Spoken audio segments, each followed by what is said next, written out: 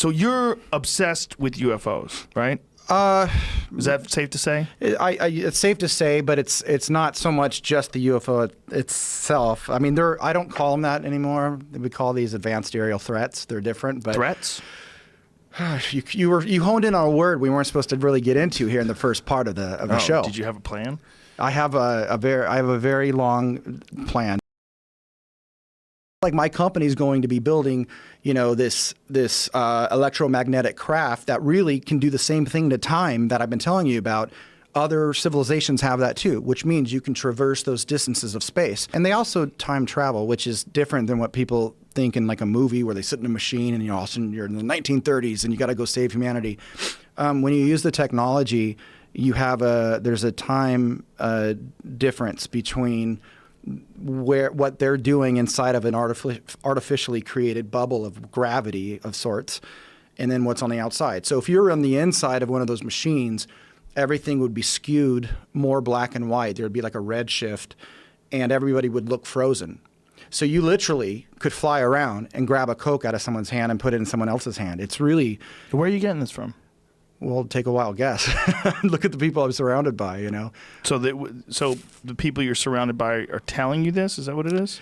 Well, I don't want to get into that, but the people I'm surrounded with and myself, are very close to this stuff.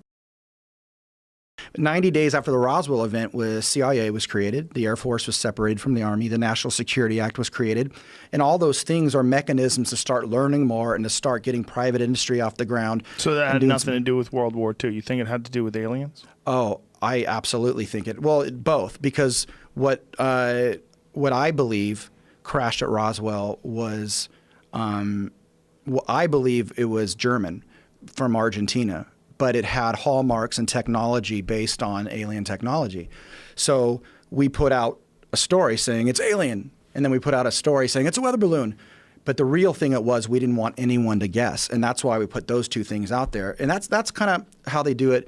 I think they did that with the moon. It's like, we went to the moon, and then they put out this meme kind of thing, like we didn't go to the moon, but they didn't want people really going, well, what's on the moon? But I also knew that I knew shit that most people don't know, because I've studied it for so long, and I happen to put some pieces together that most people don't put together.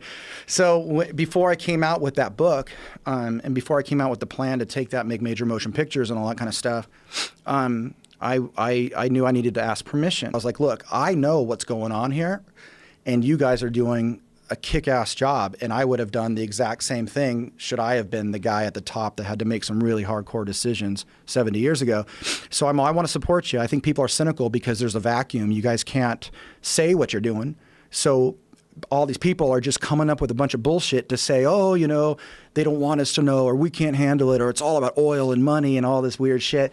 But you had put these pieces together independently. I did. And so based on books that you read? Yeah, people think that like places like the CIA and the DIA, all these intelligence organizations have, a monopoly on information. They don't. They get their information from the real world too.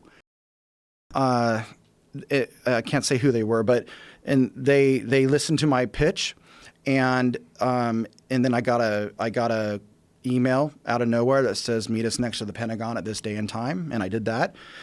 And from that, you got an email from just a random person? No. I just can't tell you who it's from. Okay. And so then I go out. Meet you next to the Pentagon? So you just flew to the Pentagon? I flew out to Pentagon City. Yeah. It's dude, this gets... Were you freaking out? I'll tell you when I started freaking out. There's more shit. It gets way worse. This is nothing. So that started me out near D.C. taking some other high-level meetings, and there was somebody at a very high level that closed the door, looked me in the eye, and says, okay, I'm going to introduce you to somebody. And that person comes to San Diego, puts me on the phone with a general, and the general is listening to my little stump speech about what I want to do with this franchise, because I definitely didn't want to, I wasn't looking to like force disclosure, and I wasn't looking to be rogue and break secrets. So I fly out to this airport, and I sit at a table in a restaurant at the airport. No one's in there, and this gentleman sits down, and the waiter comes up. He waves off the waiter, and he looks me in the eye and says, it was the Cold War, and we found a life form.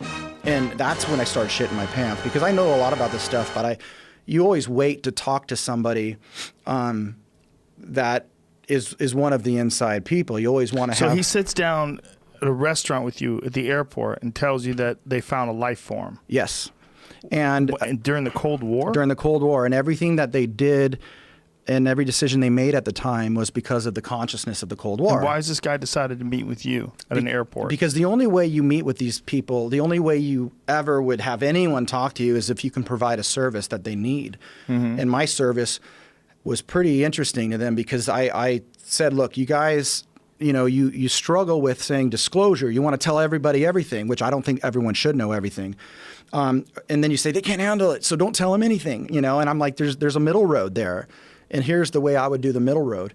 And it resonated with them, And so we had a pretty epic conversation for like 2 hours. Why you? Like, why? What is it about what your message was? Because what your idea was that made them want to tell you some top secret shit that they've tried to keep away from the American people? Well, I mean, you take a guy who's like a big celebrity who's in a huge rock band like you, and you just say, hey, meet me in an airport. I'm going to tell you about a life form that we found during the Cold War, because you're famous or because you know things? No, because I have a service. So it's not. It sounds easy when you play it like that, but service. A service. Like, what can you do for them that they need help with? And what could you do? Communication. They don't have a way to make a movie, a book. They don't know how. Don't have a way to make documentaries. They don't have a way to go on a big show like this and communicate with young people. They don't do that, and nor should they. They look at. You got to look at what they're doing. So they look to you for a spokesperson role? I wouldn't say spokesperson role. Communication role? A communication role. So when you say that all this technology exists, have they explained this to you, or have you seen it physically? Oh, I haven't seen anything physically like that. I wouldn't be allowed to go anywhere if that does or doesn't exist. So they've just explained to you that this exists? And that this is in the hands of the U.S. government? I think no. I don't want to get into that kind of stuff, but if you don't mind. But why is it that you want to not get into certain things? Well, I don't want to I represent more than myself these days. Right. So I definitely have to watch what I say. Well, who do you represent when you say you represent more than yourself? The team that I'm with. So when you look at the people that are a part of my company, it's Undersecretary of Defense and Senior Intelligence Service. Is there a list of these people that we could see? Oh, yeah. I thought you guys would have had that. Yeah, but I mean, is there like a list where folks could see it online? Yeah, they can go to thestarsacademy.com and scroll down, and you'll be able to see who they all are. So